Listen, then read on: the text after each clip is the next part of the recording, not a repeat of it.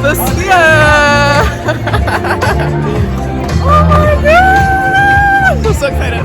Hey guys, welcome back to another video. If you don't know me, my name is Daslin, and today I'm going to be taking you along with me on my sphere experience in Las Vegas for the very first debut of an EDM show at the Sphere. If you haven't, make sure to hit that subscribe button and don't forget to turn on your post notifications so you don't miss another video. So if you guys are planning a trip to Vegas or are thinking about coming to the Sphere, I highly recommend. If you haven't, make sure to go check out my New Year's Eve vlog where I show you all of the activities you must try for your trip in Vegas. I went for New Year's Eve weekend and had an absolute blast, so definitely have a lot of fun things in there for you guys to check out when you come to Nevada. But I had heard that this venue had a lot of hype, it had a lot of high reviews, it was supposed to be a full immersive experience, truly something out of this world, and let me just tell you, it definitely lived up to the hype. I was not disappointed. They have basic security checks just like any other venue,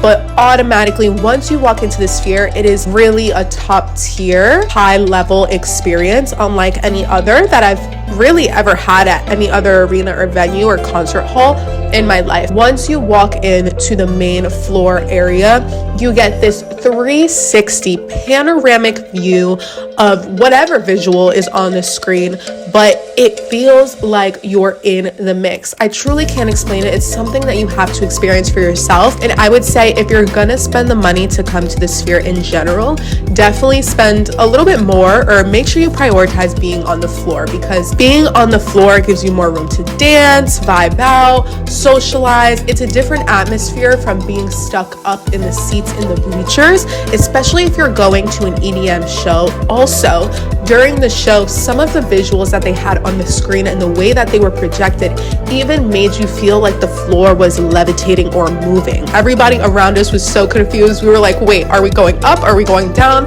But that is one of the perks and part of the experience that you get from being on the floor in the Sphere. And then in the Sphere, they also have a bar area. I do have to say, when we walked into this, it was a whole different vibe. It kind of felt like walking into a spaceship with all of the neon colors, the atmosphere. It gives very much intergalactic 2044 energy. Like, you really feel like you're being transported into a high-tech dome experience. I would say that the prices here for drinks and beverages, just like any other venue, are gonna be more than usual from outside of Las Vegas. I don't know, I'm from New York, and most of the drinks usually at venues or concert halls are $20 and up, so that was typically the range for beverages and alcohol and refreshments, so that's to be expected. They actually had waiters and waitresses coming around on floor asking people for their orders and catering to them while watching the show, which is a unique feature that I've never really seen at any other venue before. It was very lively and very welcoming energy, so I really appreciated that the most of being in the Sphere. Tiesto actually got to open up for Anyma, which was pretty amazing. Tiesto is a top tier DJ in his own right, so the fact that he himself was an opener kind of just set the bar and the caliber for the type of show that this was to debut on New Year's Eve weekend.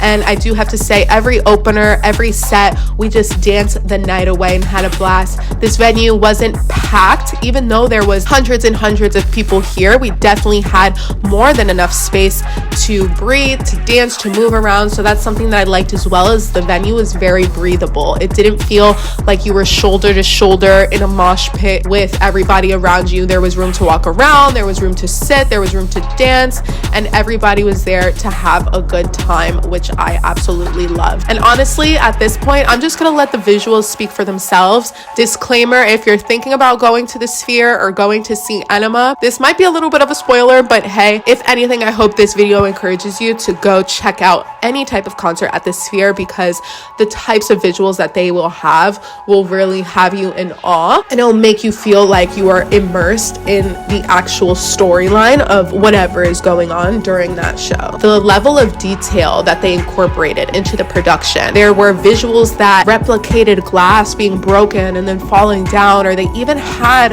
a robot playing a violin, which was pretty crazy, and I've never seen that before. So it really made up for the money and made up for the value through the little details and in the overall general experience of coming to see a show here at the Sphere. They do have quiet spaces as well, so if you do want to go and rest your legs or sit down for a little bit, you can do that as well, where you don't have as much exposure to the music and the lights and the production. Overall, this specific show was out of this world. It was such a beautiful set. The music was melodic, it was trancey, it was dancey. I loved it.